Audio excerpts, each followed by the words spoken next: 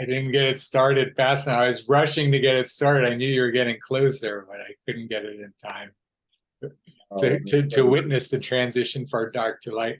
But I get to be with you in the light, which is amazing. I'm so grateful for us. Oh, thank you. Thank you. Yes. Yes. Why couldn't I think that we could still have that? I can't believe I couldn't. I can't believe I didn't just say, hey, do you mind turning the lights off again? I didn't capture the transition. That was perfect, Nan. So great. it's all Um, good. before we start, because I love recording everything, I just want to say, as always, we'll plan to make the recording public, but if there's any parts, anything that gets said that you think shouldn't be public, let me know right away so I can stop the recording right away and start another one. But if we don't stop, can we agree that we'll make this recording public? Sure. Awesome, bro. I appreciate it. Dude, I'm so psyched to be connected. We did have a little prelude, was it yesterday, when we got to talk a little bit? But this is the first time we're recording each other and being with each other. I really feel like, in many ways, I don't know. I mean, it's still the first connection for me since we were together. What was it, like a year and a half ago now? Crazy. Even more, a year and like 9 months.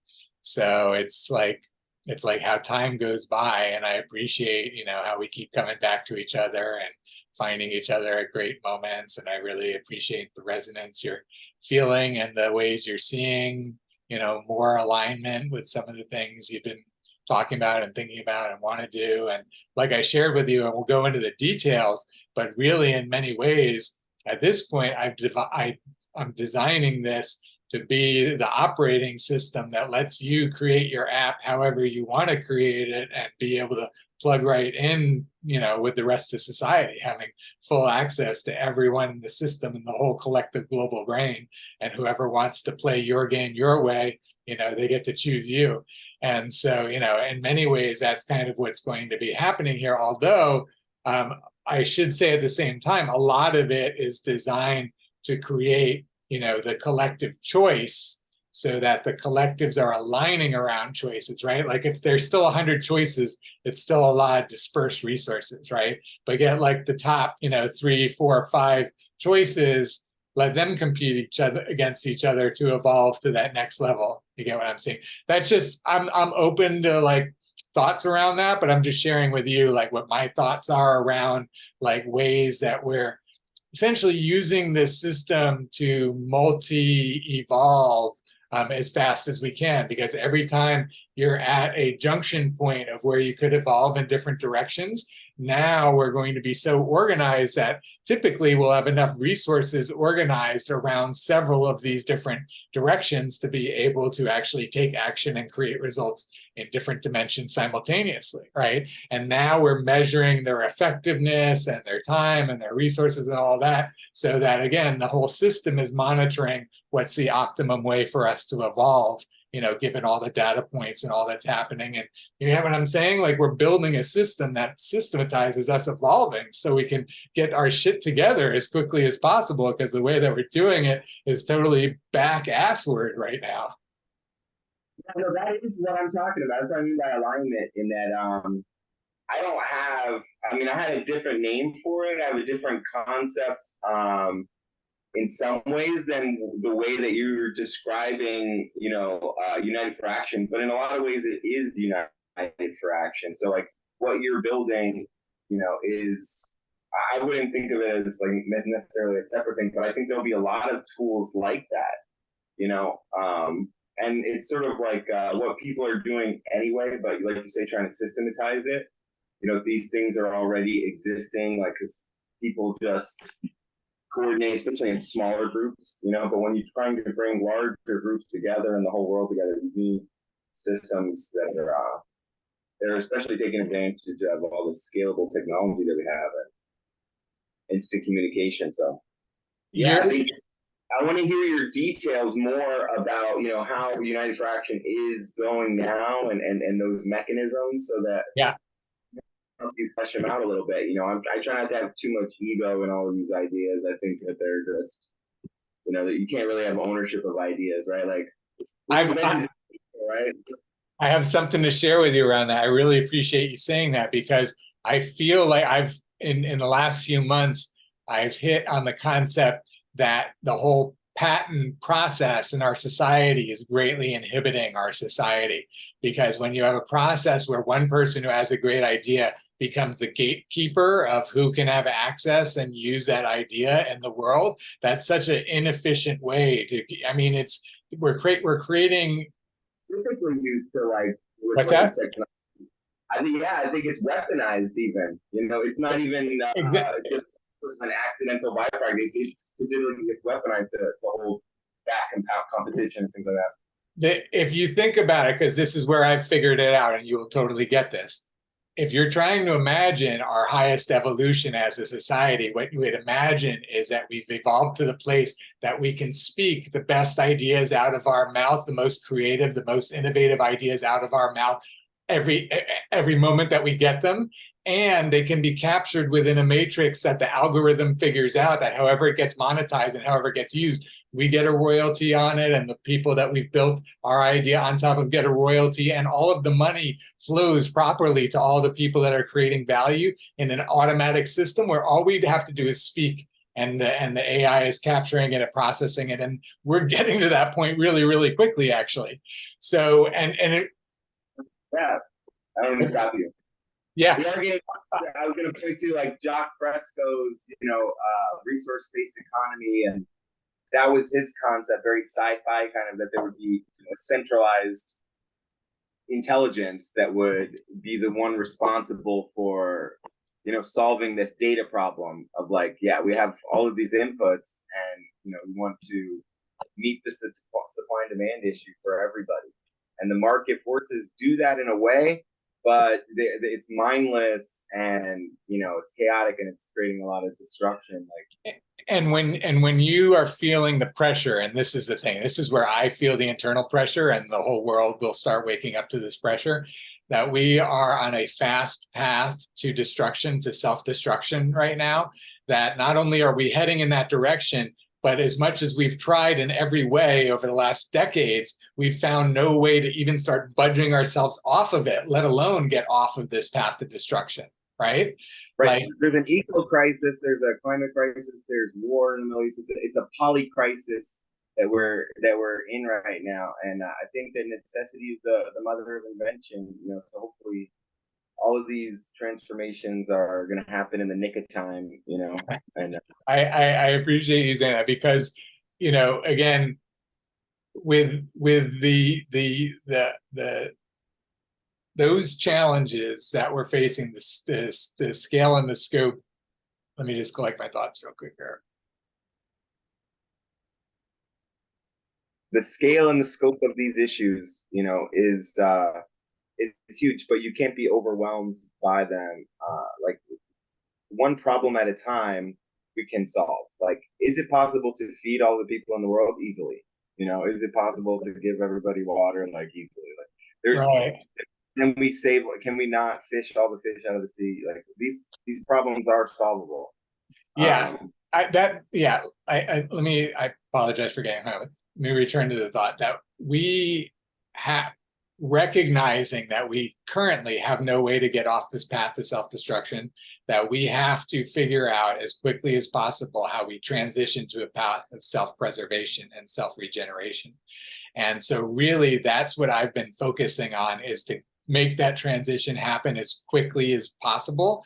And the quickest way that I can imagine it right now is through those 3 evolutionary shifts that I shared with you. Did you watch that video? Did you hear that? I can't remember the 3 shifts exactly. I've been telling people the same thing. I call myself an eco-techno-utopian accelerationist. That's awesome, brother. So we're on the same page. So it's really the 3 evolutionary shifts are, first of all, the systematization. As you know, the systematization is already, just like, if you think about it, we all waste so much time redoing and relearning things that people have done a million times, and we just have no access to the knowledge of any of that, right?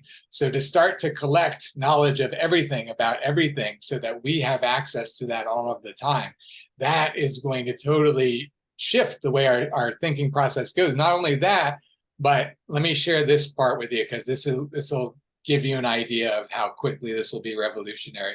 Is we are quickly moving to a time where, as you and I are speaking right now, the AI will be processing in real time what we're talking about, and will be bringing up a heads-up display. Oh, you're talking about this thought? You know, last time you talked about this thought, you went here.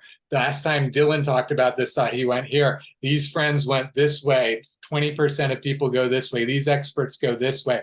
Like, we get to actually see an experience of others having traveled from this thought to other thoughts before. And we have all of the metadata we could want to know about which thought we want to choose to go to next, based on not just thinking internally in our head, but actually collectively thinking with the collective brain that we're tapped into and looking at right now. So thinking becomes an active process based on processing all the information we're getting in real time about everything that we're speaking about, that we can, you know, quickly see this. Well, tell me this. Let me know about this. What about this? What about this? What about this? And that's how we're swimming through these sea of thoughts, by making these choices, asking for what we want to know, making choices based on it. So this is the way.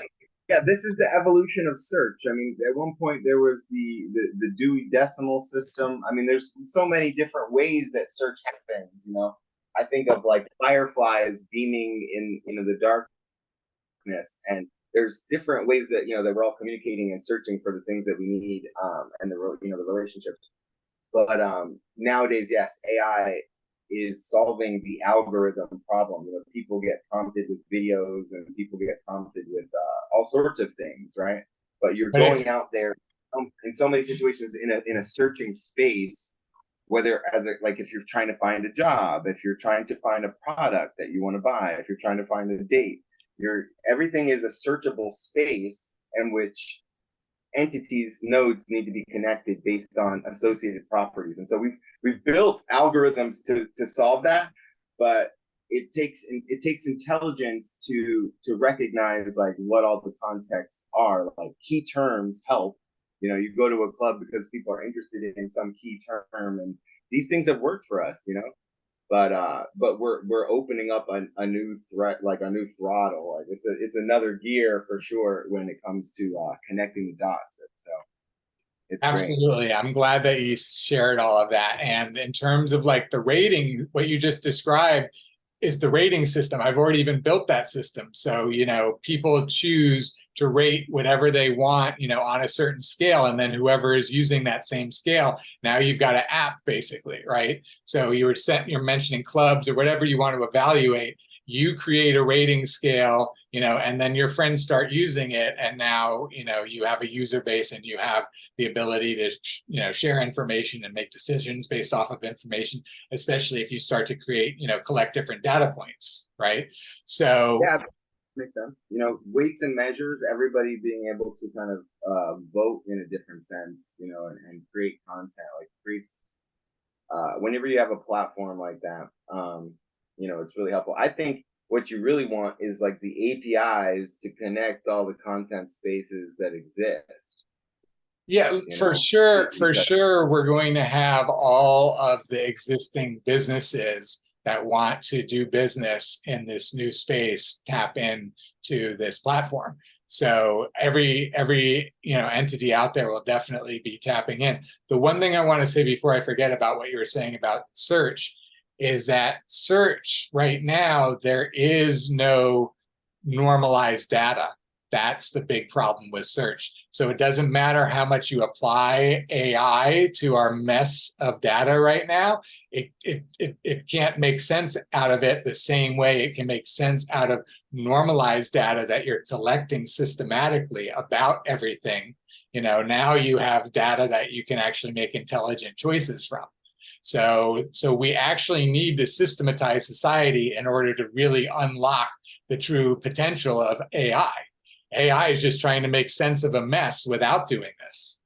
I think it will eventually solve that problem pretty quickly. Like, you can categorize everything for the computer, but we're using the same sensor space that it's going to have access to. So once it knows what things look like, and just like a human, it's going to be able to discern things. Like it's going to read the same things, see the same things that we're capable of seeing, like same data. Right. I get what you're saying, but the thing is that data does not have a scale. So you have all of these different people that are having different judgments about the same data, and there's no correlation between, their judgment system and your judgment system. So you can be giving everything, sevens, and that's the score that you give, like for the worst. Everything that you score is like a 10 to a 7, and they score everything a 3 to a 7. Then right. No, certainly in the transition, it makes everything a lot easier. I hear exactly what you're saying. And we don't have the AI that can solve that, like, standardization problem yet, but it's coming very quickly. Like I say, if you went, instead of asking everybody on a consensus, like, score 1 to 10, answer this survey, right? You have a person go around and literally talk to everybody for half an hour to figure out what they think, right? It would be impossible as one human to do that. But that's what the AI is essentially able to do. It's able to spend that amount of like resources on everybody's content, so that eventually those kinds of standardization problems, like, it can start to resolve them. Because if you were doing that as a person, if you were going around and asking everybody, you would like to get the score from them, but you would get a sense from them, like however they're describing it, what that score is, Anyway. that would be based on the data that would be available, right? So in some cases they'd have better contextual data, in other cases they wouldn't. But also if you want to, I feel like, and this is good, I'm glad we're talking about it, thank you for bringing this up. I feel like in a way what we're discussing, I'm suggesting that systematization is a necessary evolutionary step for our society in order to master optimization, basically. And you're basically saying that we can use AI to optimize without having the systematization process happen. So is that that's what it's going to, yeah, because we're not going to have, like, only specialists will learn to code, only specialists will like learn, interacting with computers is going to become like purely language model. It's going to be all purely what? Gestures and language models, like, right. Yeah, but here's the thing again. Their algorithm can only respond as well as the data that it has, right? So if you are not in a position where you're giving the system specific type of data constantly about the things that you want and how you rate things and you're not doing that in a consistent way, the whole system is not doing a consistent way, you have the mess that you have today. But when you have everybody doing everything consistently so that there's no ambiguity and there's no algorithm that has to figure it out, that everything is in order from the beginning and all of the data is pure and correct and actual data, like why wouldn't we just use a system where all the data that needs to get captured is getting captured by the system and intelligently processed into the system in an organized way in the first place? You know what I'm saying? Why are we going to keep putting garbage in the system when we can organize it on the way in? We have to organize it on the way in. I'm not saying don't. I apologize for derailing us a little bit. I agree with the weights and measures and coming up with different systems for tackling projects and for rating the values of things. It's in a sense, there's likes and dislikes already. There's already well, actually, the seascapes, you guys have to come up with a standard for the seascape. So that's a perfect example, because without that standard, then some people say this and some people do this, and this is classified this way. Agile, like what's agile that? Project management, agile project management. I'm just mentioning, you told me that you were on a committee that's classifying seascapes, right? Oh, the CSTED. Sorry, I thought you were talking about something else entirely. So let's go back to your comment there Yeah, so what I was saying is that this committee, you guys are standardizing what's going to be classified, the classifications for these seascapes. Because if you don't do that, like you said, you can't get the international funding, you can't do all these things because, over here it's described this way, over here it's described this way. There's no consistency, there's no way to adjudge things. You get what I'm saying? Like, for the very reason that you're doing that, we're going to do that for everything. There's no reason not to do it for everything when we're intelligent enough to do that for everything. I think I get it's an analogy there. I think I'm following you. You wanna solve sort of the core problem that then you can build everything out. There's like a keystone that you need to kind of have. Exactly. The keystone is the action on one side and the thought on the other. So it's the action, the nano action that, again, once we're breaking it down into these defined nano actions. So you want to start a business, and so you need to create a website, and you need to shoot a video, and you need to do all of these things. Well, we're talking about a template of actions that has been followed over and over and over again.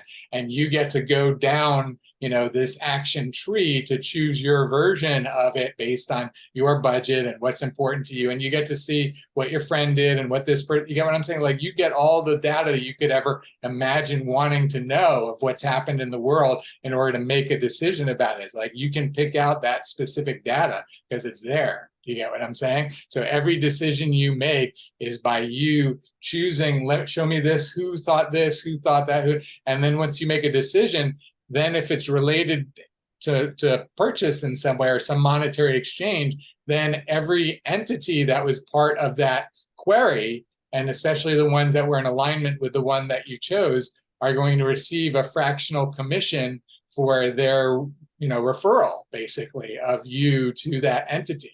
So this is how, one aspect of the system is that we're all constantly fractionally earning just from sharing and sharing and sharing. The more we share, this is part of the incentivization of the system.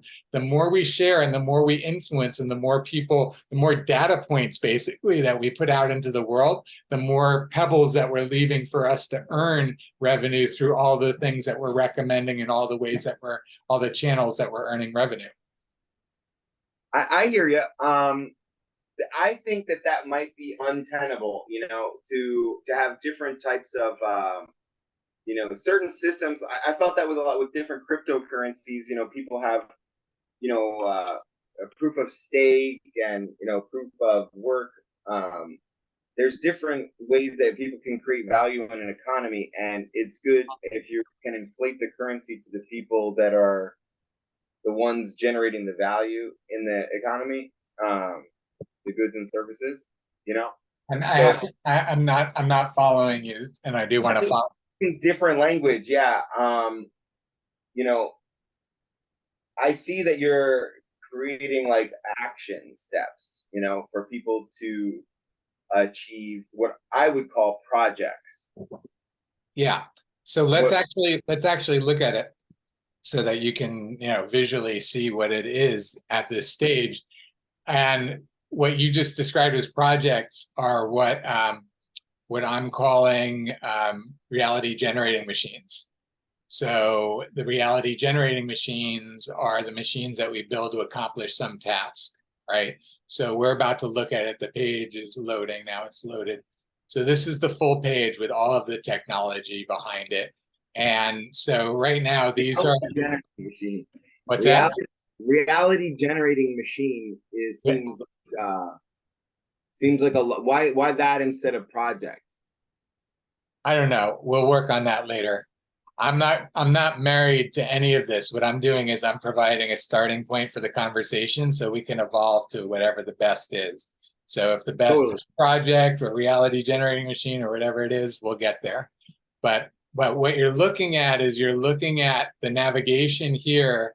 So this is the first level, and it's actually, I made it this way so that you can fly around through the thoughts, through the different branches, like instantaneously.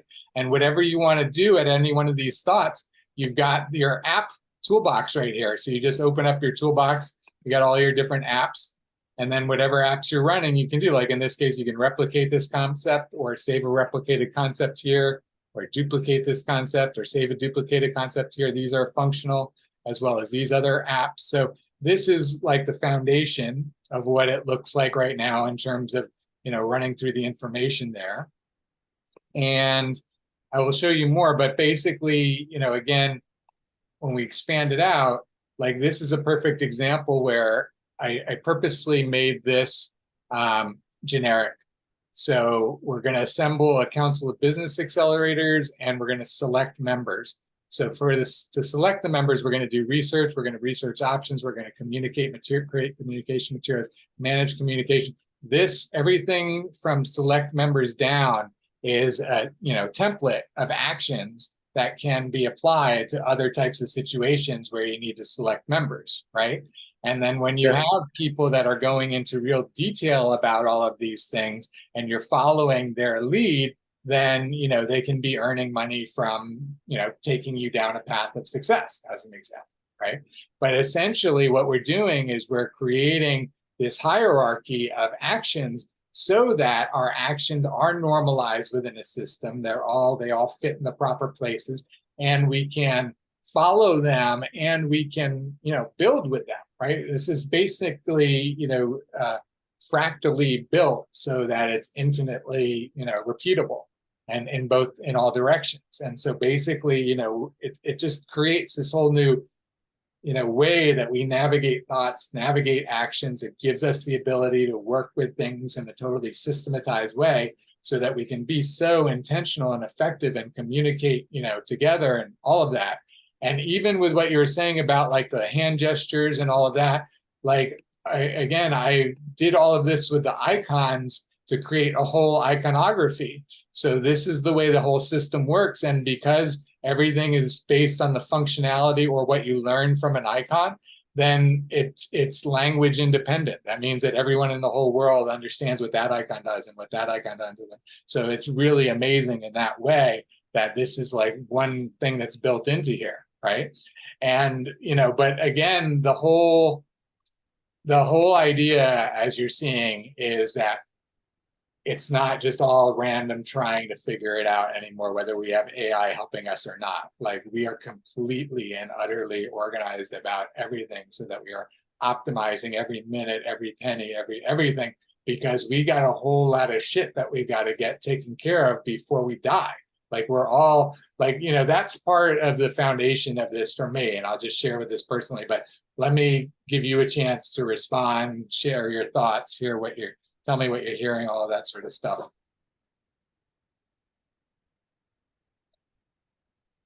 Oh, now? You want me to respond now? Okay. Yeah, what I'm hearing, what the tool that I see that you've built, seems very interesting. Like I'd have to get my hands into the tool a little bit to really get a grasp of like what it's capable of. I mean, there's some amazing tools out there to, I just took recently a second course in MBSE training, which is a very visual coding type of language that you can create multiple types of diagrams to represent any kind of system, and it's all very integrated. There's other types of tools out there, like I was mentioning, all these project management tools, like there's Gantt charts, and there's other types, there's all these different project management, time management, like decision making tools. Like in engineering, you might have like a trade study. So I feel like a lot of that, you'd want to, it's like those are all tools that people have to learn, and so I imagine a tool that's going to take on like global adoption being very user friendly, but people are going to use whatever tool they can, and the things that are out there. So I imagine like I've talked about before, like when you build something like this, to do the projects, like do you have some sort of internal currency scheme? I know we've talked about that, like and getting credits. I'm not sure like what state you built them. Like you're just one person, and you need like an army of engineers to keep up with, like an army of software engineers. Elon Musk is what he's turning this X into, like the super app. You've got like the Facebook marketplace. You've got things like GoFundMe. there's probably a bunch of different GoFundMe type of things. So that's what I'm saying. Like, there's some projects like that I wouldn't take on because there's just so much competition in the space, and if you're, it's like I hear you. you're just taking on so much with this project right now, all by yourself, and it's very impressive. And like, I just don't know if I would be so bold. I appreciate it. I appreciate that feedback. That ship has sailed long ago, unfortunately, or fortunately, or whatever. But I have one mission in life, and that is to survive as a collective. What you're looking at is you're looking at a representative of the collective who is in Jared's body. And Jared gave up his personal desires long ago in order to devote this life to saving the life of the collective, being life itself on Earth. Like, as we established in the beginning, this is only heading one way. Like, if we do not turn this around, there's only one way this goes. I am part of life that wants to live, and what I am doing is doing everything I can to turn it around in the other direction. And everything that that we're talking about, calling it this, the platform this, all of that, none of that is all of that is up for the conversation of how it gets sorted out in this open source environment, where all we have to do, like, now that you asked that question, now when it's posted in the thought map, now people can comment and they can say, well, you should do it this way and you should do it this way, and a whole conversation can start, and then people can align around choices, and 20% can say we should do it this way, but they've got enough resources to do it, so they get it done this way.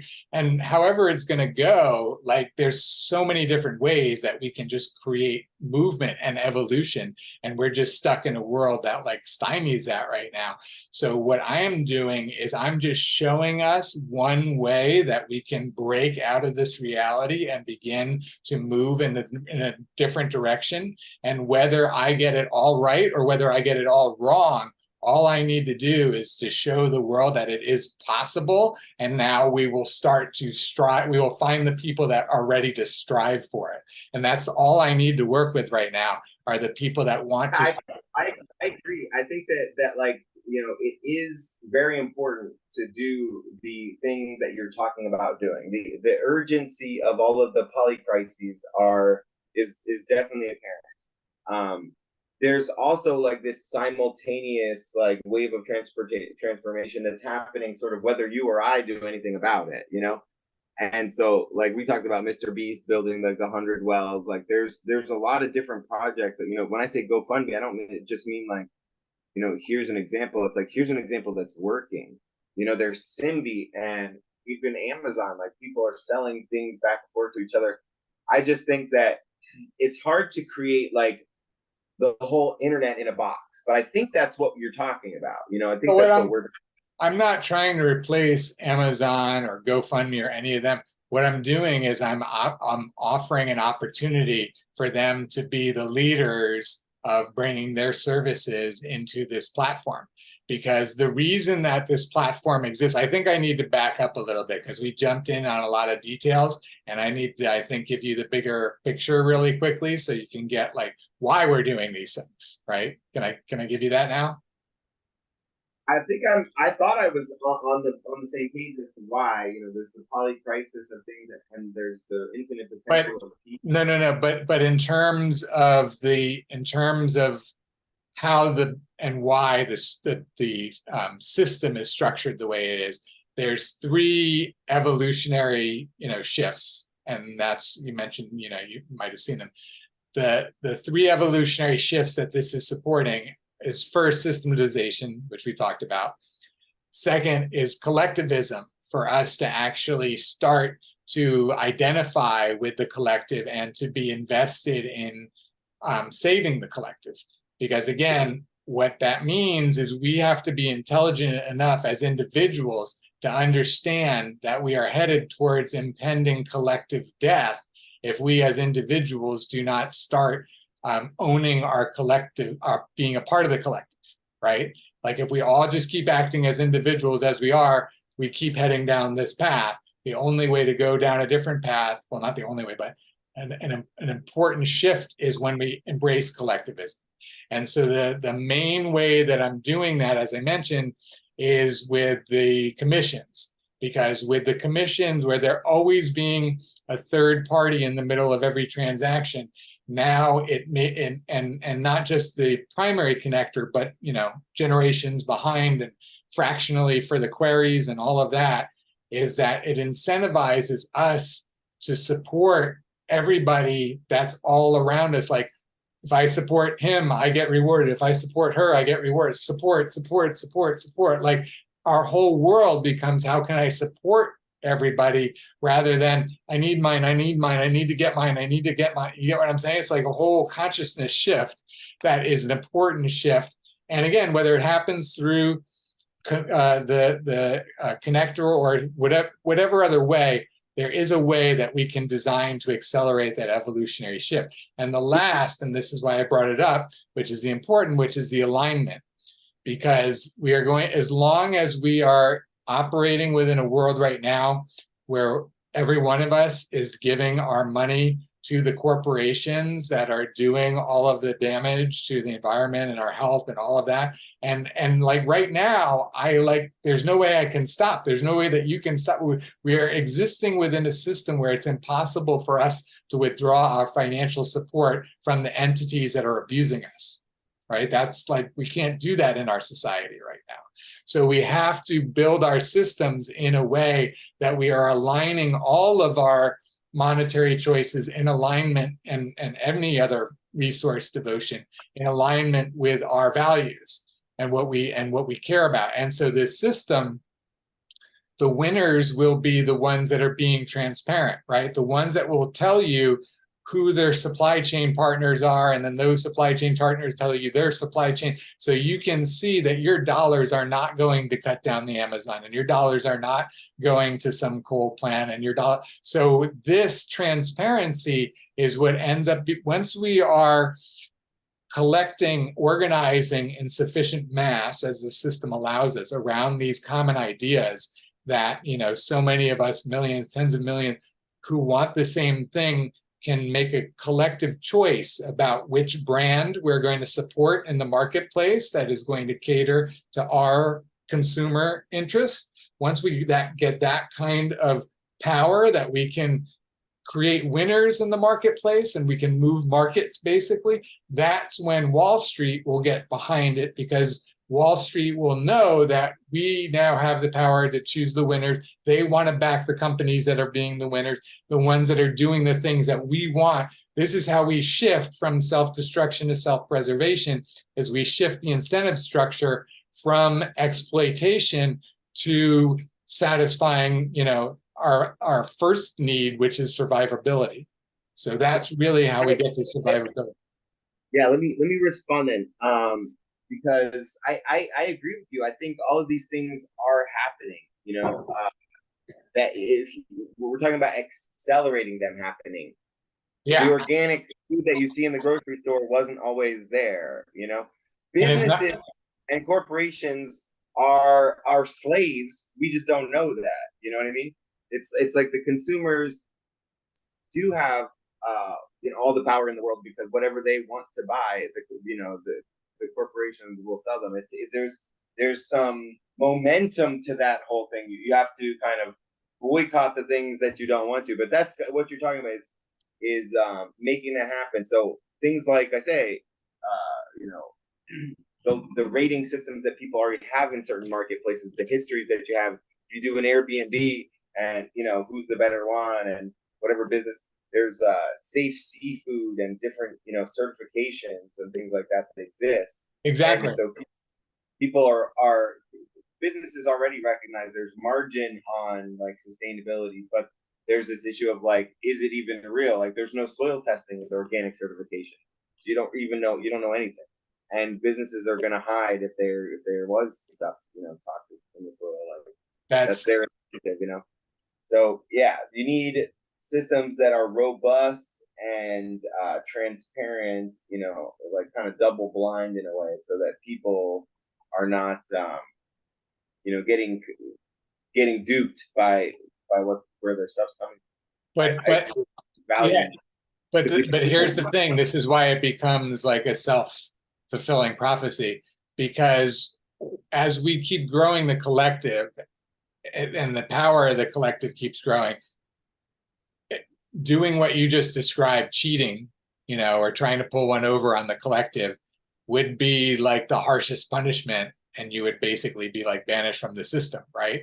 And you couldn't exist outside of the system with the way that we're going to be doing this to a certain degree. You know what I'm saying? Like You want some like redeemification, but that's what this is. It's sort of like you want micro governments. We're allowed to, like, you could have a kibbutz in Israel, you could have a kibbutz here in the United States, but if you make the kibbutz the whole government, right? If we try to force this on ourselves with the entity that has the monopoly of force, and then we'd become slaves in that system. So we just want to be able to like decentralize like this kibbutz type of mentality that you're talking about, but yeah, it has to overlay people's regular, property rights. Like, people want to be able to voluntarily be generous. I believe that some people need billions of dollars before they're completely altruistic.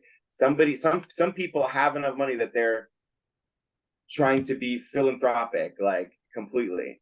Sometimes it's just like whether once you're later in life and that you're checking out, people become very philanthropic. And I believe that this time, literally, like the Mayan prophecy that ended in 2012, like I've heard some explanations that, you may have heard of this, the books, certain cultures talk about ages, like there's the yugas in the Vedic tradition.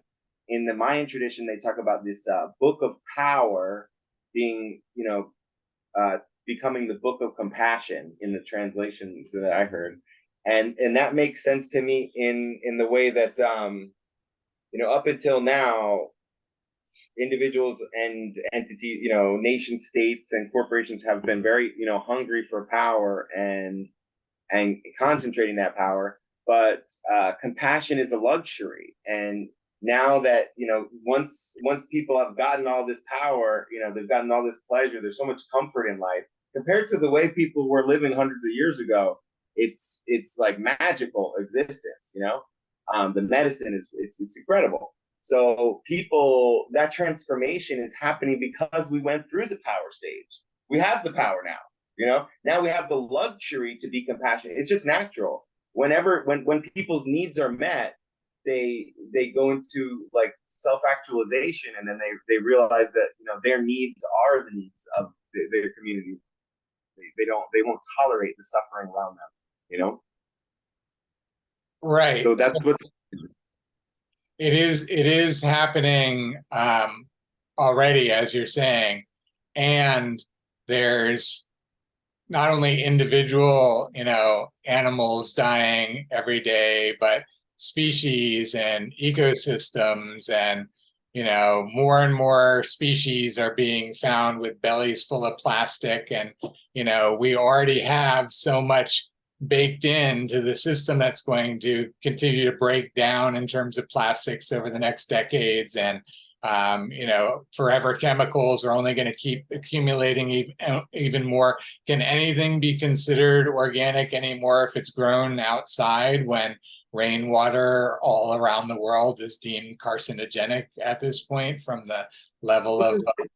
The direction we have to go with some of this is like a civil rights movement. It has to be an environmental, natural rights movement where we ban these things. It has to be illegal to do this. That's what I'm saying. It becomes a disincentivized. We have to start as consumers, but then the legal part comes later.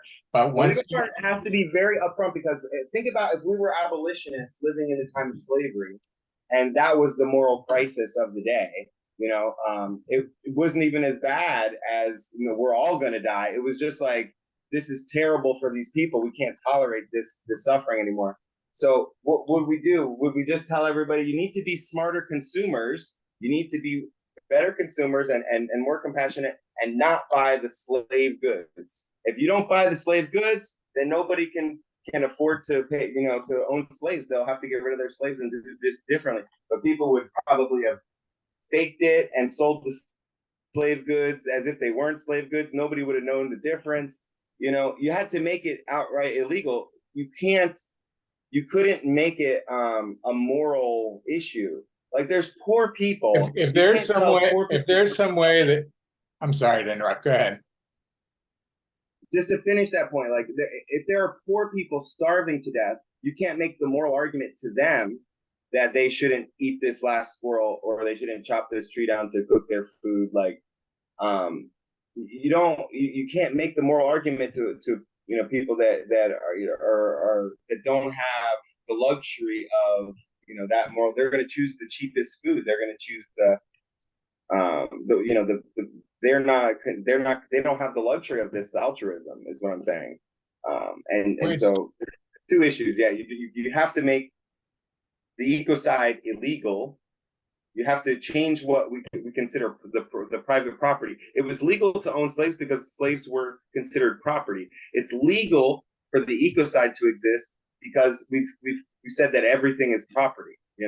All of the land and all of the resources are property, and that's as absurd as slavery. I'm down for you getting all the laws changed, and whatever process you have in mind to do that, I'm totally down with supporting you with. I have envisioned going to the extreme. I think you froze. Are you there? Oh, maybe not. Are you there? I'm here. I've imagined going to the extreme where at some point it's recognized like how toxic forever chemicals are, and people's clothes and people's pans and people's whatever that have forever chemicals in them all of a sudden become considered hazardous waste, and there's like hazardous waste removal crews going into people's homes to get all of the completely toxic forever chemicals out of their home. Like, I could imagine that could actually be real, like now. Like we could actually determine that there is sufficient, forever chemicals in everyone's homes right now that we are raising our chances of different cancers or whatever by however many percentage points. But like, this is the level of awareness that we don't even have, that we are, whether it's in our drinking water or whatever. Like, I agree with you that there needs to be accelerating it though. Like, imagine like the people had no water quality, like everything is dramatically improved in terms of our understanding of the problem. We haven't stopped the ecocide, but the people are, if it was a big ship, people are grabbing the helm and they're leaning on the helm right now. The rudder is starting to move. Oh, really? Towards the ice board. So you're we need some people over here on the helm, But you're definitely feeling a lot of things that I haven't been feeling. Do you have any statistical evidence to back up the things are getting better, if you think that they are? Yeah, well, statistical evidence other than I should. What issues can you point to that are getting better? Education. People are better educated than ever before. People have more access. Are people more educated about the however many tens of millions of tons of forever chemicals are entering our atmosphere every year, and then again becoming part of their drinking supply and all of that?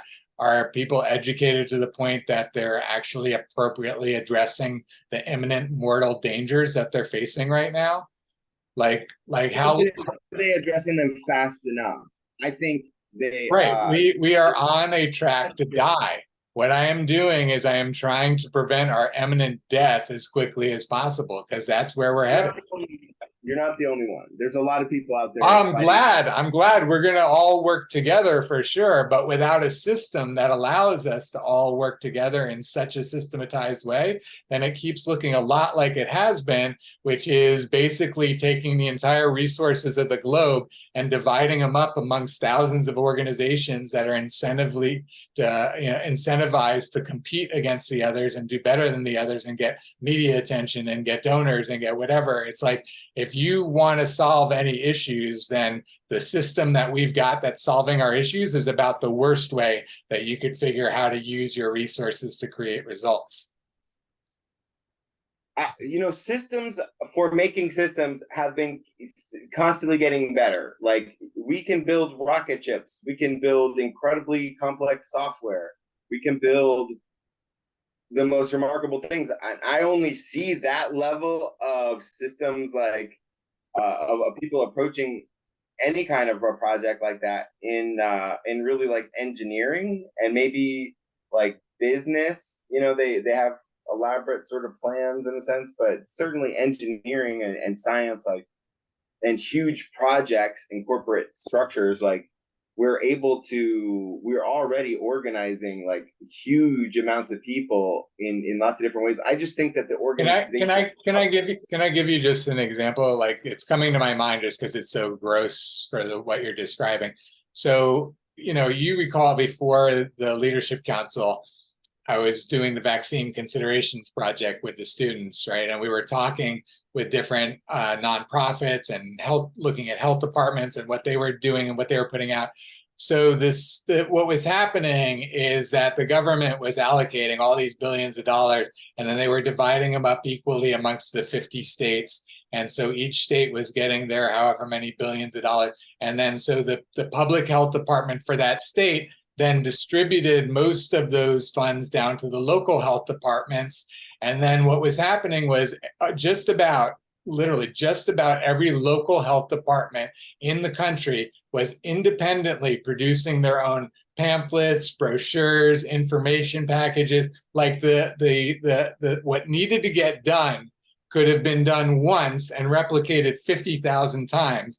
But instead, the budget was used to create 50,000 independent efforts, like literally in our country. That's how we used our COVID money for the public health awareness. And that's, again, that's in a system like the government that has a system of health and could do all of that, could distribute all that money to create all that result.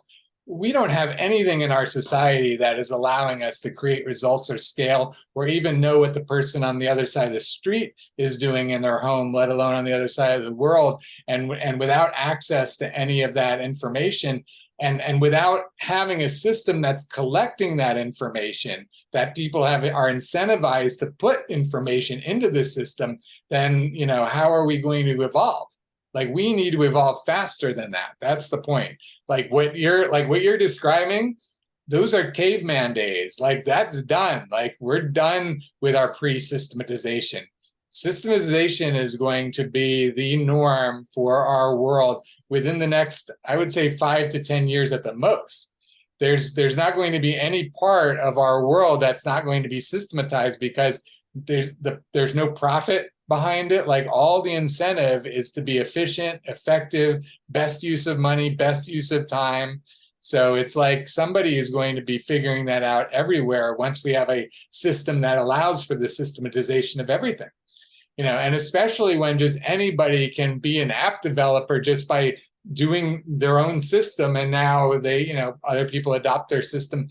I've said enough, you get what I'm saying, but you see why I feel really strongly about, if you still feel like systematization isn't necessarily necessary, I'm totally interested in hearing your thoughts about that. But I'm just kind of sharing with you, my strength of conviction of how all of this will flow, because we are under evolutionary pressure to go in this direction in order to survive. And there's no doubt that there's a lot pulling us back towards death right now. But more and more and more people will say, I want to be a part of making efforts to go in the other direction. Coordinated collective efforts that are using our resources most efficiently and most effectively to survive. That's the bottom line. I think you should follow your convictions as you see them. Like, I'm trying to, provide constructive feedback, in the most basic way as to the landscape of context that is out there. I think we all need to, like, I feel like you've been a little siloed on your project. Maybe I know you also are going out and interacting a lot, with these other groups and students. That was all pretty interesting. It's just that there's like it's just there's so much like examples that I'm trying to provide of things that I think are, um, already collecting a certain gravity. In order for this to work, it's got to collect a lot of gravity, like that's why Elon went and bought X instead of making a new social, or he bought Twitter to make X instead of buying a new one, because it's like once Facebook took off and from MySpace, there's no coming back. There's no more coming back from MySpace, right? And imagine trying to come up with a new competitor for that now. And that's kind of what I feel like you're doing, in a sense. It doesn't have to be that way. I think the other mentality, maybe I'm just hearing that and it's not even what you're projecting. No, it is absolutely. I feel like we're creating the operating system for life. So for sure, not just I wouldn't call it competing with all of those systems, because all of those systems will integrate. And like you said, on the back end, there will be API integration with everything. That's essentially how it'll work. Is like every app has access to all of the data that exists, as long as they're paying whatever, licensing fee for whoever collected that data. So again, it just creates a system where we're all tapped into the collective global brain. Every bit of data that's collected in our society goes into the collective global brain, and we all have appropriate access to all pieces of data based on our access level, what we're paying for, what we're subscribing to, whatever. And by default, like, we don't have to deal with all of this mess of trying to figure stuff out, or even try to have AI figure stuff out within a mess. Like maintaining a mess just does not make sense once you've evolved to a certain level of sophistication as a species. And maybe you're still like not seeing us get past that point, but there is a point where, as a species, if we keep evolving, if we're as intelligent as we think we are, if we keep evolving, at some point it just becomes really unintelligent to not collect everything and process everything in a really intelligent, systematized way. So that's how we're going to be. Well, you tell me what you think. That's the way that I see it. I think it's all going to keep evolving. Like the systems that they're developing, like 10 years from now, people will be in totally like virtually immersed spaces. Like it's hard to project like very far out, what a lot of these things are going to look like. I think there's just so much transformation that it's hard to see. So that's why I wanted to focus on like some other examples of ways that we can actually create this transformation. People can work on a lot of different projects, and it doesn't necessarily get us closer to the goal of, sustainable ecotopia. In order to make that happen, this idea of collectivism, like you said, is an important part of it, because most people think of it like, well, we have a certain amount of resources, and so if it's taking too many resources per capita, either we need less people or less resources per capita, and that's not the correct way to look at the thing. I think that the people that do want to live the most sustainably, and to live like a more this newer lifestyle, what they would want to do, like we have too much division of labor in a sense, and that's partly what makes society so hellish. If there was a corporation that's providing all of the things that we're normally using the currency for, that, like I said, the kibbutz example, it could be any type of corporation, but people are participating. I used to do work exchange like woofing. People do, there's lots of different internship type organizations out there. There's so many different models that,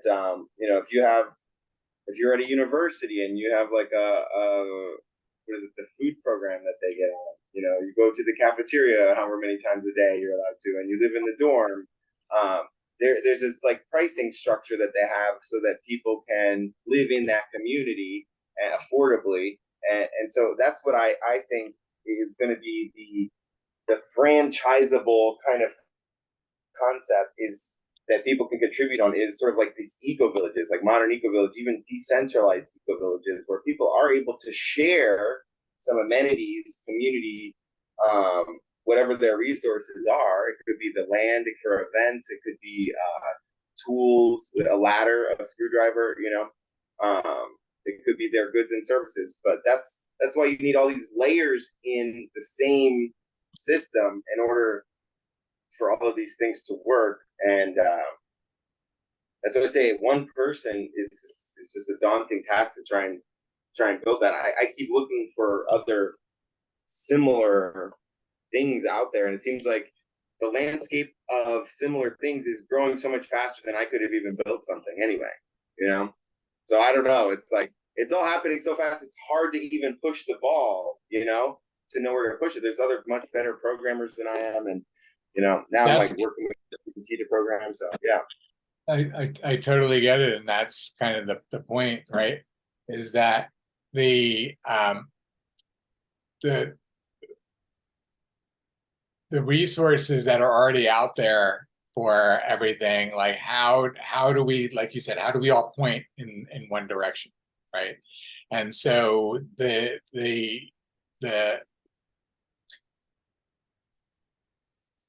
I feel like the one thing that drives this is, the survival aspect, because like literally we can prove that we are, heading toward that we're destroying, life. And, that's life is us, right? So like, if we want to like head in a direction of survival, then like you're saying, we start to make laws, we start to make rules, everything is in alignment with survival. You know what I'm saying? So I think that that's, an important part of the kind of the North Star for us, so to speak. Like I built in, I forget if you saw it or don't know if you saw it, that the golden rule is like the value foundation for the system. Did you see that? Yeah, I saw that. Yeah, you have to agree to the goal. So do unto others as you would have them do unto you is what I've built the whole system around, so that that's like the fundamental value system. And then there'll be other like values that you can like agree to, and have like a badge when you've agreed to this value or that value, or whatever, so people can actually, again, make choices based on values and that sort of thing. So there's all of that, but the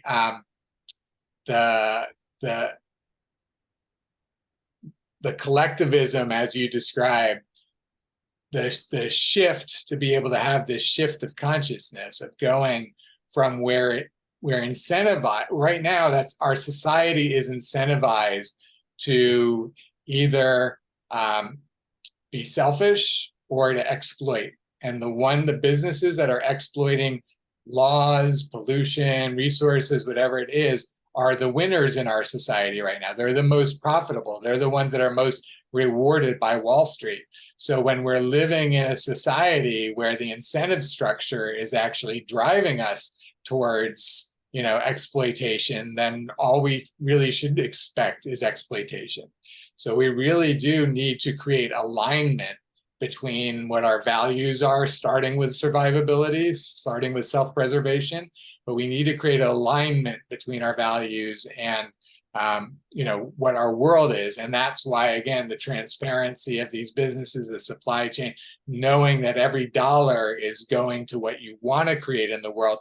We, again, any what would be considered a bad actor now, that's somehow hurting the earth, hurting society, hurting our health, whatever it is, they will be completely disincentivized. There won't be any incentives left to do that where we're going. That's essentially where we're headed. We have to build our systems. We have to figure out how to connect the dots, that we're not creating incentive structures for bad behavior. We're creating incentive structures for good behavior that allow us to live and thrive and survive and all of that. So that's really what it comes down to. That's what's really driving this. I think a lot of those incentives, are going to be, they're taking place already. Some of them are, And I like the idea of trying to accelerate that by like giving people more visibility and more sort of resolution on their opinions and everything, so that you can have, I'm a data oriented kind of a guy. It makes sense. In terms of exactly. the eco side, though, like for example, if there's not enough food and the food prices go up, people are going to be incentivized to start, producing food in other ways, and more of it. Like you have this vertical farming that's become really big. So if you want to gather and connect with people that have similar interests, so you need a place to find each other, and that place needs to be defined by whatever tags you're using a combination of to put yourself in that place and find those people, right? I mean, how else are you going to find your people that have the same exact feelings about whatever, unless you have some structure that lets you go down the path of these tags and more specifics till you're all in alignment, with all the same tags. You know what I'm saying? You go, yeah, that's already kind of out there, is what I'm saying. Yeah, Like, but that's but however it's out there, who's ever built that is going to integrate it with everything else that I'm describing. Like that's part of the system. That's not like everything, but we need all of this working together, with the collectivism, with the alignment. We need a system and systems working together that allow all this to happen. Like some kind of organic process of evolution that you're describing is going to take decades to get to what I'm describing we can do in a few years if we all put our minds to it. And isn't our survival worthy of putting our minds? Like, who's ready to show up and live? You get what I'm saying? like if you have people that are already focused on certain things, like you have people that are concerned about climate, they're in the South Pole right now, and they're doing science on the ice melting, and there's Sea Shepherd out there trying to stop the Japanese whaling ships.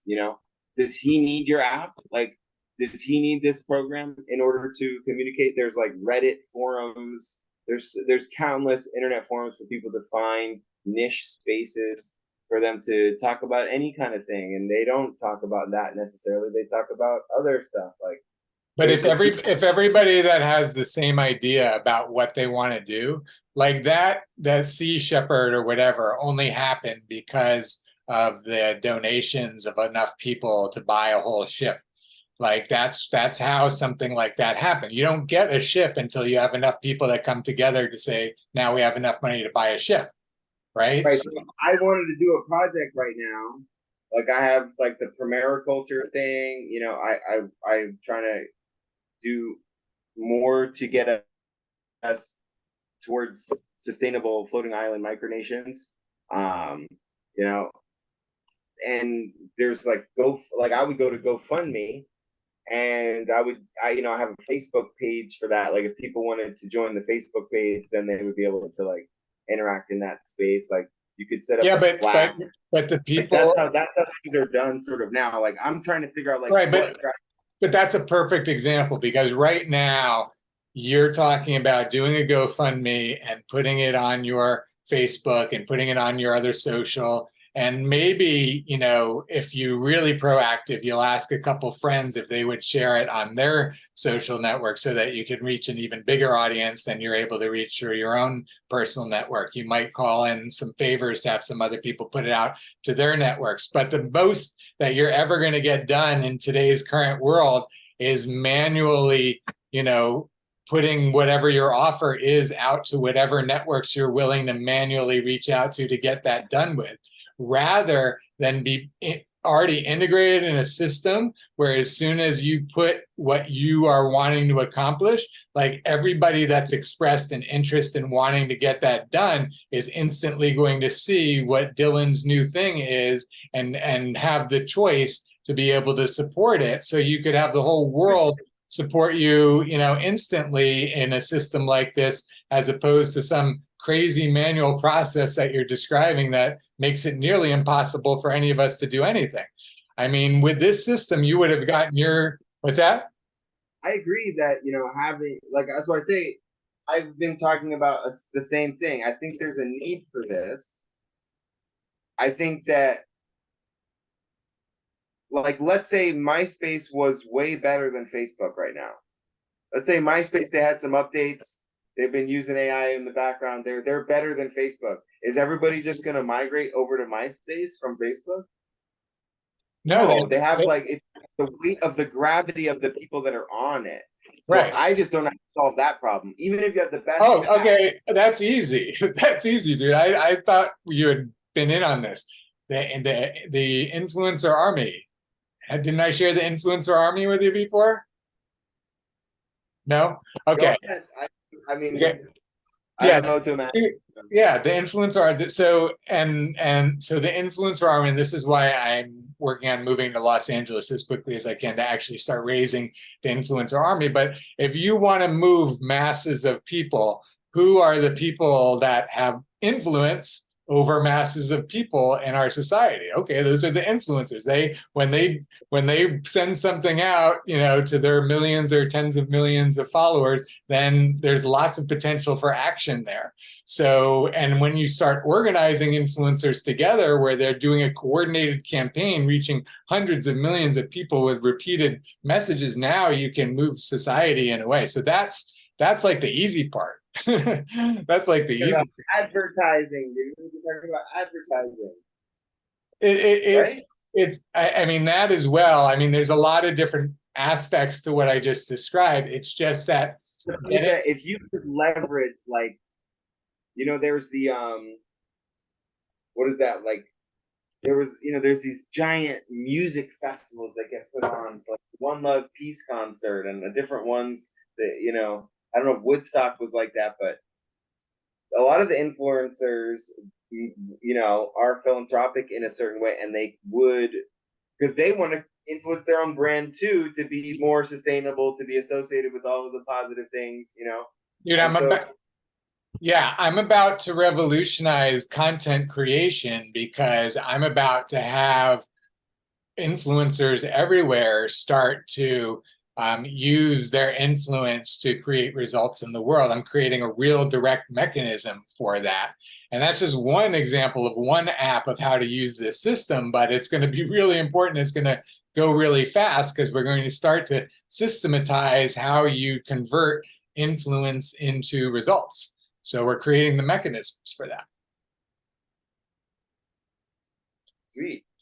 And we are all influencers, and that's part of like the whole foundation of the system is why we record all of our content and then share all of our content, because then in terms of content consumption, it's going to be the AI assistant of the consumer that's going to give them what they want, right? You're going to say, tell me, give me the 3 minutes that I would be most interested in of Dylan and Jared's conversation, right? And then the AI will see which things that we talked about that's most of interest to them based on their preferences, right? So it's not us that's going to decide what people are going to watch of our video. It's going to be them that's going to decide what they're going to watch of our video. You get what I'm saying? Yeah, you split it all up into little shorts and stuff. Exactly. So, and that's the thing, like that's what this system does, and that's what it's designed to do. And this whole tree structure that I'm showing you is designed to have a video clip at every node on the tree. It's, again, most of the time you're just speaking your thought. You're either having a conversation with me or you're just speaking your thoughts into your phone or whatever it is. And then your AI assistant's chopping it all up, organizing it all into your whole thought map so that your thought map can now be compared with other people's thought maps. So as soon as somebody meets you, your guys' thought maps are looking at each other. You're getting your readout of all the top things you would be interested in knowing about this person, all the areas that like are anti to what you care about. Like we're going to make all of our decisions about people, about movies, about articles, about everything by comparing our thought map to the thought map of whatever we're comparing it to. And so this, again, we're able to do this because of the systematization, because everything is, comparing like to like. You get what I'm saying? Yeah, I think we're on the same page that we need some sort of super app. I think we're seeing like different angles of this like meta object, and appreciating different sides of the same object. Cool. And but the thing is, for any kind of like viable business plan, it seems like you need to kind of usually people focus on the minimum viable product. And so Yeah. if the value of the thing is the hugeness of the thing, then it's very hard to build it as a startup, No, I agree, which is why, there's so many different ways to answer that, but I think that you and I are better spent with our time focusing on other aspects than how, it's going to get created. I mean, if you want to give me advice about how to create it. No, you're right. You're right. I'll leave that aside. I agree that it's valuable. That's what I was trying to get to. I'm derailing myself because I get caught on that issue. But that issue aside, yeah, I think there's the aspect of getting, well, there's just so many. We've already mentioned a lot of it. But I think focusing on one aspect of the value proposition at a time, is crucial. It seems like you built something there that I haven't quite grasped exactly what the tools. It seems pretty useful, I'm very happy to show you how it works now if you want, or some other time. But give me a quick one right now if you don't mind, but then we can call it a quiz after that. But while we're all super primed for it. Absolutely. You ask away and I will show you how everything works. Okay, so you're here in the mission control. Let me ask you a couple questions to make sure I'm seeing it kind of. Let me give you an overview of what you're looking at. We're at the mission control. I'm posting right now as the people for president. Since this is a good example because I'm going to change who I'm posting as. Since I'm posting as the people for president, I see a peacock here because a peacock is the poster. Okay, so when you have an original poster, in this case, Uniting for Action, and then they post something and then somebody else might post after that. So it might not be the original poster, but since the original poster is the peacock, the peacock shows up everywhere here, okay? Now, if I'm the poster, and I am gonna be the poster where I'm gonna switch to Uniting for Action right now, and when I switch to Uniting for Action, it's gonna change from the peacock to the dolphin. So the dolphin is what is me being the poster. And then if it's a third party, then it's a butterfly. So that icon is always just an indicator for you to do a quick view of, is this something that I posted? Is this something that somebody else posted? Is this a third party posted? So this is just one example. And you can turn this on and off as an app, right? You can have this app on, which is showing you this all the time, or you can turn this app off, which will take away all the dolphins and peacocks and butterflies, right? But that's an example of how there's just apps in here. And in terms of the apps, like actually this is a slide out for our app toolbox. So like you can add as many apps into your toolbox as you want. Right now, I have the Stories app, the Succinct Stories, the Update app, the Edit app, the Ratings app. This is, to replicate this concept or save the replicated concept here. So you can go in either directions, and the same with duplicating to add even more functionality again. And that's all the apps that are in the toolbox for every concept. Because again, we can that's the thing, because we have it all laid out this way, we can fly through these concepts, going to whatever branch of the tree we want, like immediately, get to the toolbox, do whatever we want to this, concept right here, including, clicking on it to bring it up on the page. And once we bring it up on the page, then it'll look like this, where it's got, the title and the text and the video. So this is like a standard concept right here. So you've got the page that we're on, the Assemble a Corporate Team, and then you have all the concepts underneath that in the hierarchy. So the Assemble the Corporate Team is at the top, and then all of the ones below it. So executive team, etc. So you're seeing, not only are you seeing like the summary over here, which again can have text when you add it, but then also on this side, you have the navigation. And the navigation, this is the thought navigation, this is seeking, connecting, and supporting. So this is what provides the functionality of the system. And this is where you can just go ahead and add a new thought right here at any time. and I can do it as the original poster, or if permission has been granted, then anybody can do it. And so again, what I'm doing is just creating each one of these nodes as a place for people to start to find each other, share ideas. Then we'll add the functionality to start to be able to align around ideas, pool resources, take collective strategic action. All of this will be systematized using the best of, whatever, the experts figuring it out and all that. But you get where we're at as a foundation. And now we just keep adding apps, adding apps, adding apps. And then, like I said, it's not just Uniting for Action creating apps.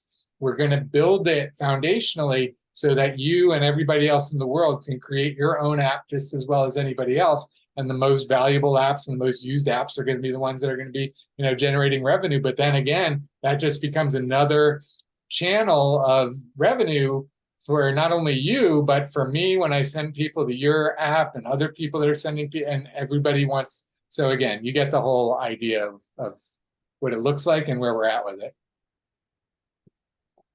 Yeah, it's I'm glad you've got it going that far. It looks like you put a lot of work into it so far. I have put a lot of work into it. I've done a lot of programming over the last year, a lot of months of programming. So, and that's what you're seeing. Like a lot of the functionality in here took, months just to do that part, the seeking, connecting, supporting. That gets very sophisticated. I still need to rework that. But there's a lot of part. The rating system. So here's the rating system. So let me just show you this really quick. So right now there's the collective system. I'm going to actually add it, okay? So, and also actually there's querying capability here. So let me show you that first. So right now you're displaying thoughts from the story creator, which is me and others, but you can also change that, right? So again, we're starting to add the query components is you can start to query and the querying capability will get much more sophisticated. But not only the querying, but again, the ratings over here. So with the ratings right now, none of these are check marked. So we're not seeing any ratings, but I'm going to check mark these, which is going to go ahead and start to allow us to see the ratings. I'm going to update it. Now this page, and especially as I add the ratings, there's so much programming behind the page that it's going to be very slow loading. And that's why I've also made it a succinct page, which is like the fast version, because, right now, oh, sorry about that. I can't show you that right now. Oh, and that's actually the issue I was dealing with yesterday. So if you want, I'll just fix this while we're talking, but this will show you exactly, what my world is like with, oh, actually, I'm not going to run Dreamweaver right now because it'll overheat my computer, but I'll show you the ratings later. But basically what that does is then it adds another set of an icon related to that rating. So each rating gets its own icon. So the trophy is the one for progress. So again, now you can set where you're at on your progress meter for any thought, right? And then these were just junk that I didn't do. But then there's this other progress one. Okay.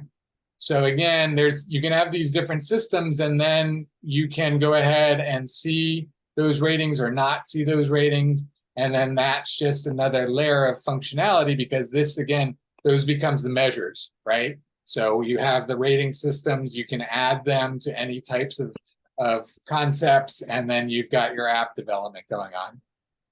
I think the way to make, that was so great. Now that I'm seeing it so much more clearly what you have going now and the part of the value that you're trying to work on.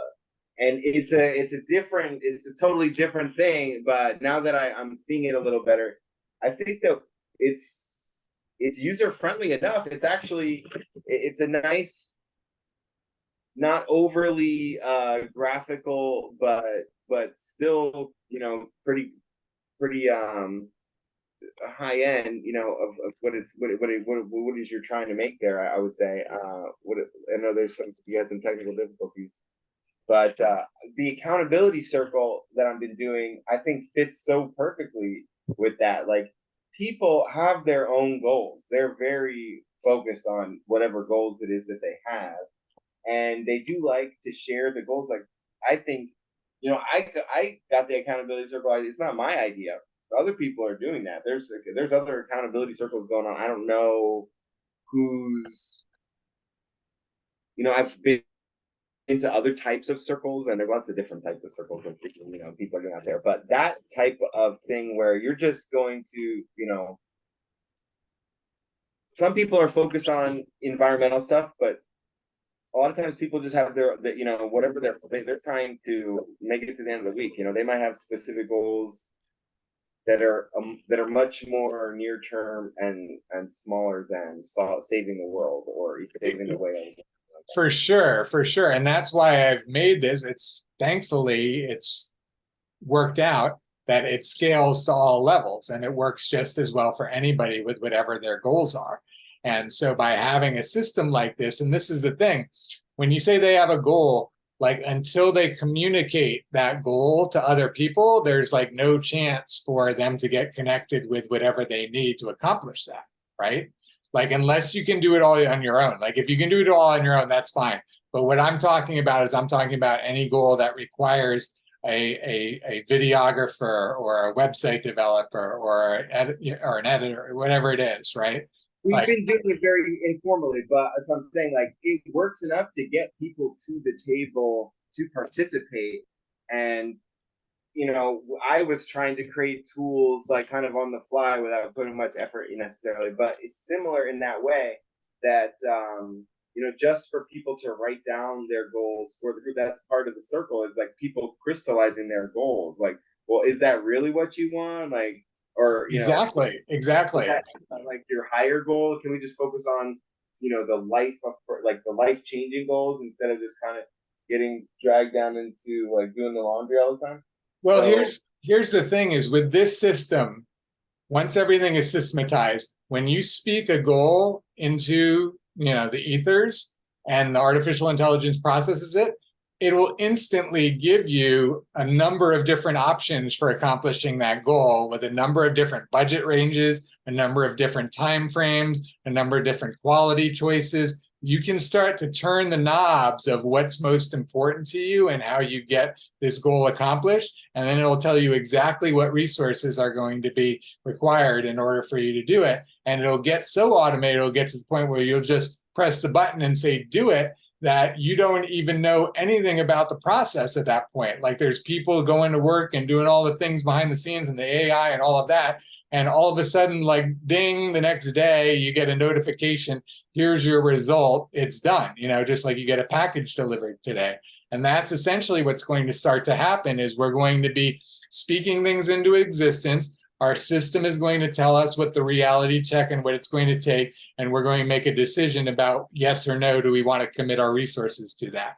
And all day long, we're going to be making decisions about what we want to support, what we want to create, what we want to do for this, what we want to do for that. And we're earning resources by being valuable to others, and then we're expending resources or investing resources and creating results through all these different places that we want to create results in the world. Yeah, I see that. And it's not just all talk. You're definitely building something. Have you seen the video, the last promotion that OpenAI did? Sam Freeman? No, is it Altman? OpenAI. They did. They had a new ChatGPT version come out, and now they're building this like OpenAI store where people are going to basically like be able to modify these pre-trained models and then sell versions of them in the store, or like have it some marketability like that, where it's similar in that sense that people are going to be contributing to this content creation and tailoring these different models for specific purposes. So some of them could be like fitness trainers or math tutors or something like that. It'll all be very specific. I think that is going to be, I could see a pre-trained model getting built in that environment where it's like this accountability partner, Absolutely. Yeah. Yeah, I think now that I showed you the system, I don't know why I didn't show you all the details earlier, but now that I showed you the system, and I'll show you even more, let me just, again, not a lot, but just so you get a sense of what's built out and how it's built out. So let's go, the corporate team. First of all, I can't. So I can switch. The succinct stories takes away all of the rating and a lot of the drop downs. As you can see, because we blew out all of the thoughts, it's processing all of everything for all of those thoughts, right? So there's a lot of processing behind this page at this really primitive programming. I programmed in ASP. We talked about this before, right? Not even ASP.NET. Like this is like pre-2000 technology, but it drives it. It works, right? So now the first step is to do an alpha launch where we have some entity that's going to take my ASP program, turn it into PHP, put a MySQL database behind it, or whatever it needs to be as a scalable infrastructure. And that's our alpha launch. Add a couple of the features that I haven't been able to program in, brush things up, but we're pretty close. We've got a prototype that models what we need to program for the alpha launch. So you get that part of it? Yes. And then the next Some part. people don't even have this. Some people just have like a slide deck. The people launch with That's the thing is I wanted to build it to this degree for people to get like this is not just a pie in the sky concept. Like I've already built this. Like I've done the hard part. Like I've figured out a way to systematize everything, and like that's the hard part, So now let's do the easy part, which is getting some money behind this. There's an infinite number of like front ends you can put on that kind of thing, and so people should not be at all concerned about like the what icons you chose. Yeah, exactly. Not this. The whole idea of this system, and this is the way it'll go, is it's customized to everybody. Like you'll create your own custom system, making it look however you want with whatever skins. And when you do it up all really cool and like it's so functional, it's so great, then people will want to use the way you organize your life. You get what I'm saying? Like we get to be models for people just by people wanting to have the things that we do because we're doing it awesome. You know what I'm saying? So we're just doing awesome stuff the best way we can do all the time. And it's ending up earning us money because people appreciate the awesomeness and we get residuals from that. So, but the system, like you said, I wanted to get it to the point, and this is the thing, is like, we're about to jump to, global level. Like it's not going to be a slow burn. This like goes from where it's at to next level because it's so understandable. And even though it takes so much, and even though it's going to take a lot to do everything, like the concepts speak for themselves. Like this gets us going in the other direction. You know what I mean?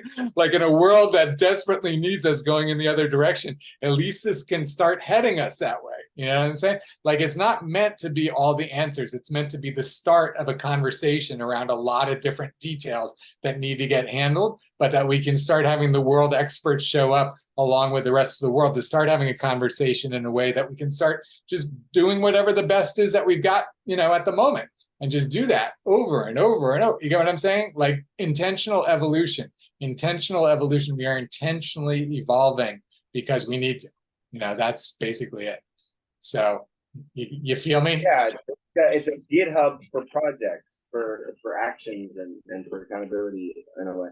Like you'd be surprised the different spaces that people create, and there's so much content that gets created, like some obscure video game, and people are like have a whole community of just mods on the game, and it's crazy what people are doing out there. So we need to tap that, this energy of all these people out there, that want to go save the princess and want to go all the stuff that they're doing, like be the hero in this little environment and let them like play that game kind of more real in a way. Gamify the saving the world, you're totally hitting the nail on the head. I've actually already started to do that. I don't think it's functional. I'm trying to remember where I put it. I don't think it's functional at the moment, but I actually started gamifying this so that for these reality generating machines, I started creating a scale of 1 to 10, and that you would do each step one at a time, and as you got to 10, you actually completed the task, right? And then you see with the things and stuff. It's very gamey the way it seems like that you've already know that. side of it, at least, I've thought of, yeah, I've thought about it a lot because I want to capitalize on that whole gamification concept. And it does allow competitions to happen to make the biggest difference. And that's what's going to be happening. So in a lot of times, it's going to be like influencers competing against each other whose 50 million followers can outdo the other one's 50 million followers to create some huge result in the world, like overnight. You get what I'm saying? Like that's about to be happening. Like that's what this allows. What's that? There's gonna be somebody else besides Mr. Beast trying to like do the same thing. It's going to be influencers competing to save the world fastest. Exactly. You got it. I'm building the system that allows that to happen. Exactly. So that's what we're going to be doing. Welcome to the game. Choose your role. Choose your role. Rudu, the whole thing is laid out in front of you. You're one of the very first people to know what's coming. So imagine away and let me know how you're going to show up in this world that's getting created.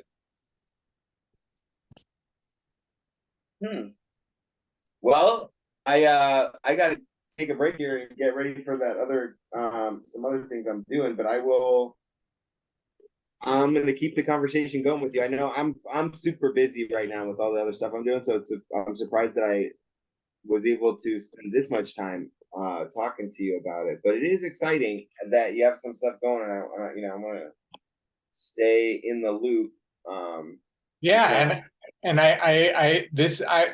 you mentioned the accountability group, I felt like it would be great to use the Uniting for Action method that I sent you on that page, where basically in the meeting we're going through a process. We start typically with a mind map.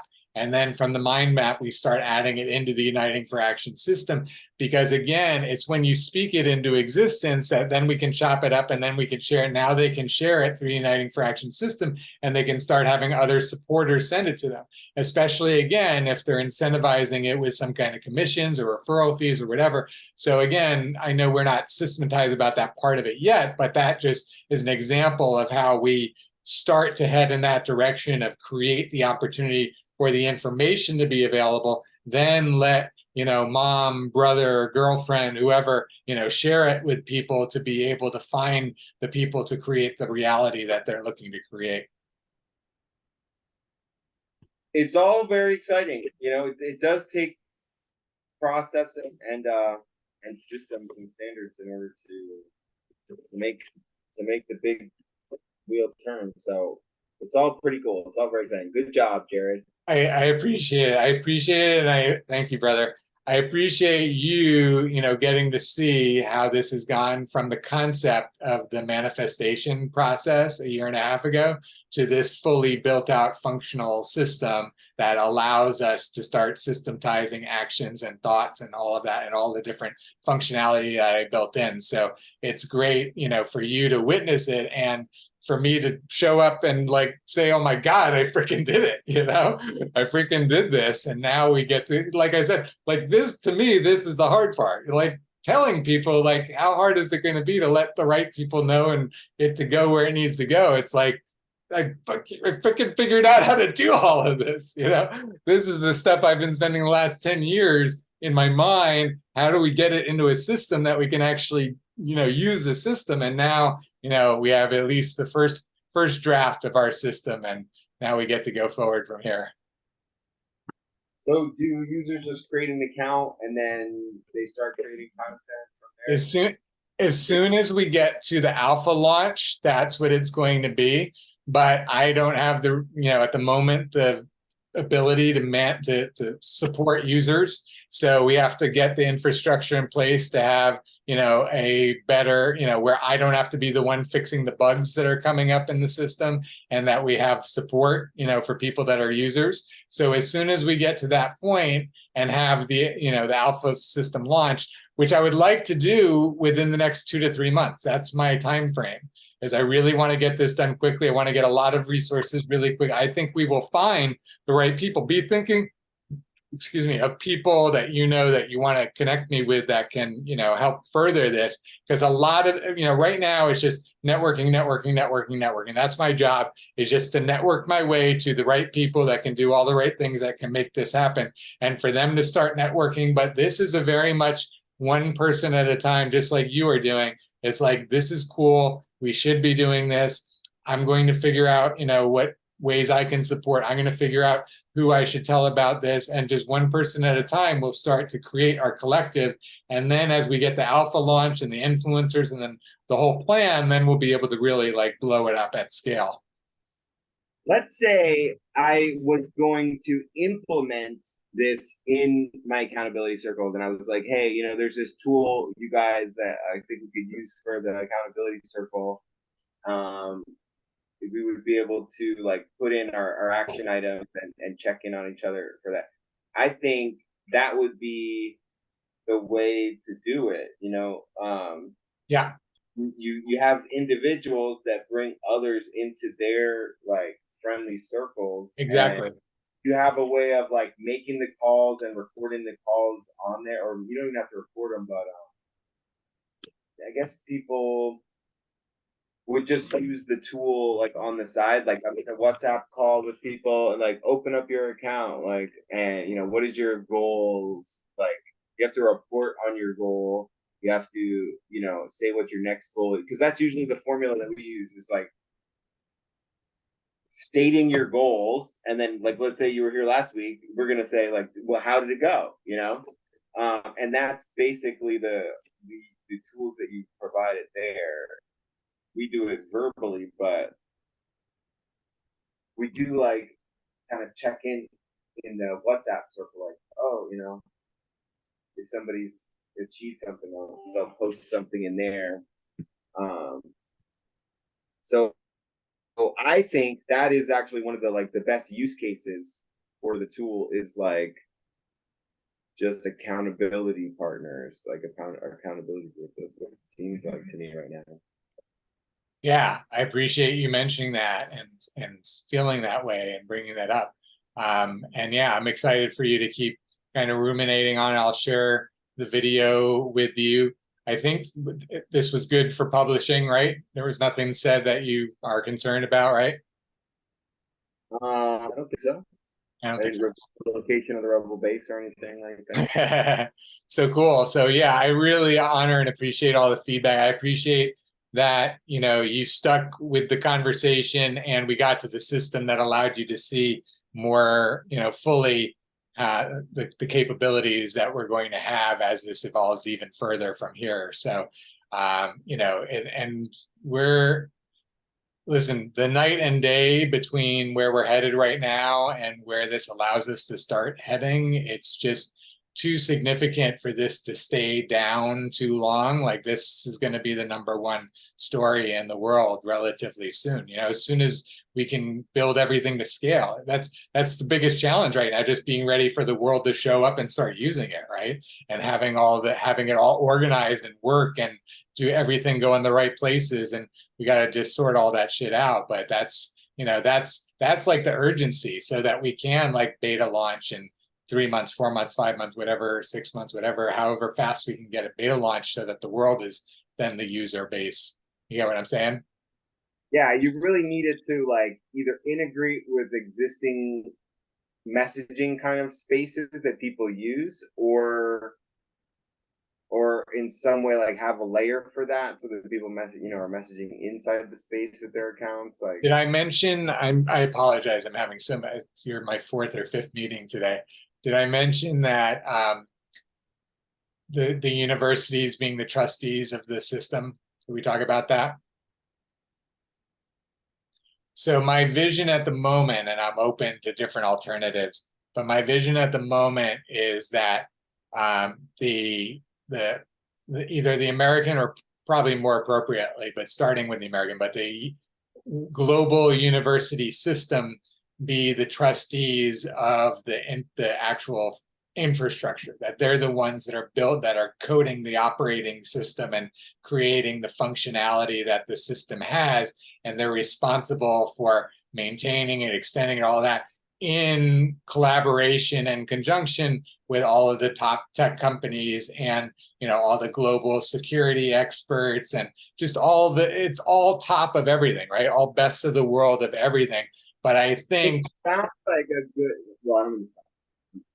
no, but I was just gonna say, I don't see it in any way being like somehow we go forward with some development company that's like keeps programming as some development company that's programming. It's like it has to be a collective project of the world, like we're doing in an open source kind of way.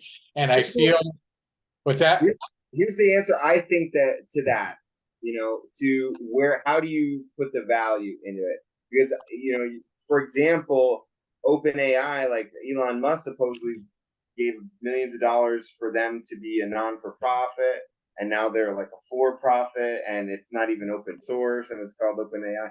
So, like, you have to be really careful about that choice, like where it goes and who you put it in responsibility for. And when you said the universities, like, even though I love academia in certain ways, and I'm proud of the school myself, like, I don't necessarily trust them. I used to be a grad student, and anything that I invented or discovered, like as a grad student, would have been the property of the university in the same way. And that didn't feel good to me at the time. And so, like, I think there's positive and negative aspects of all of that.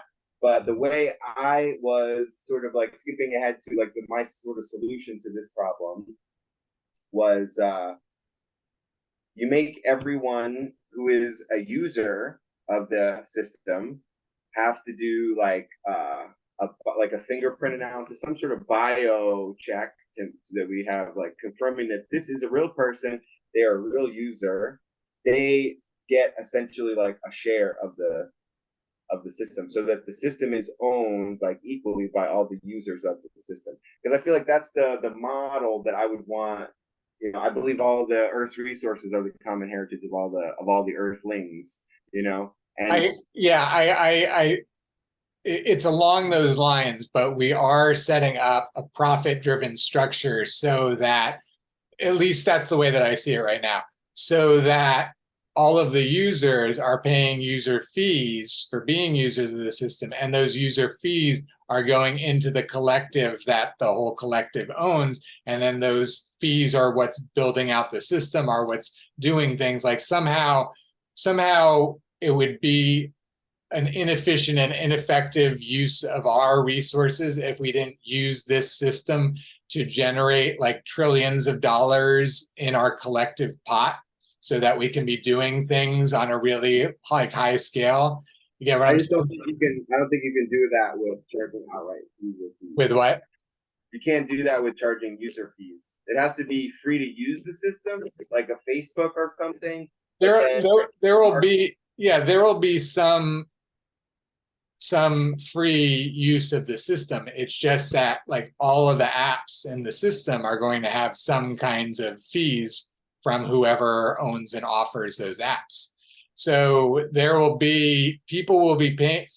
There's when I said before that the foundational value is do unto others as you would have them do unto you. The way that I extend that into the system is always provide a fair exchange of value. So that's what everyone is going to be agreeing to use this system, is that everyone will always exchange a fair exchange of value. And so that will give everyone the opportunity to feel whether, it's being fair with the person that they're exchanging value with, and they get to decide whether they want to keep exchanging value with them or not. But the mantra is to make a fair exchange of value. So it would be very inappropriate to create something so valuable for so many people and not have people provide that appropriate value into the pot that then goes to the budget to help save themselves. That's the point. It doesn't go to Jared. It goes to saving the collective. And we have to develop a system that's literally collecting trillions of dollars a month to be able to create actions at the scale necessary to save ourselves, to actually extract plastics from soil. I go to the park, a few weeks ago, and there's a styrofoam, I don't even know what, packaging or whatever, the crumbly kind, right? That somebody's like apparently beaten up in the park, that's turned in, all the things into little tiny, tiny pieces. So I spent like more than an hour going around trying to pick up the clumps and pick up the pieces. But you get what I'm saying? Like there's so much to be cleaned up, so much, work to be done to make our environment a, reasonably livable environment again. So where is that money going to come from? It's going to come from, usage fees, commissions, like all kinds of ways that people are using the system. Like it would be like I was given this to bring to the world on behalf of the collective. It would be totally, doing the collective wrong if we couldn't actually leverage the system to create the result that we need to for the collective. You get what I'm saying? Like we can't pass up the opportunity to just say, oh, everything that gets built is free for everybody. Like, no, it's not like that. We're creating value, and where we create value, people give what they say is a fair value, and then the two parties get to agree. The two parties get to say, no, it's fair, or no, it's not fair, I'm going to walk away. So that's, again, I'm just sharing my thoughts, and my thoughts are not the final thoughts on all of this, because my thoughts just start a conversation. And because I just shared them and you share them, now others can be a part of that conversation. And I want, the experts of the world and everybody, all the thought leaders, to be leading the conversation. So our job is to start the conversation and then let it go to much higher levels. That's really the job of Uniting for Action. You get what I'm saying? Is just to start the conversation in all these areas and let us super evolve as quickly as we can. Absolutely. Well, it was great. It was great, Jared. I really appreciate, you showing me everything, and let me know when you want to talk again.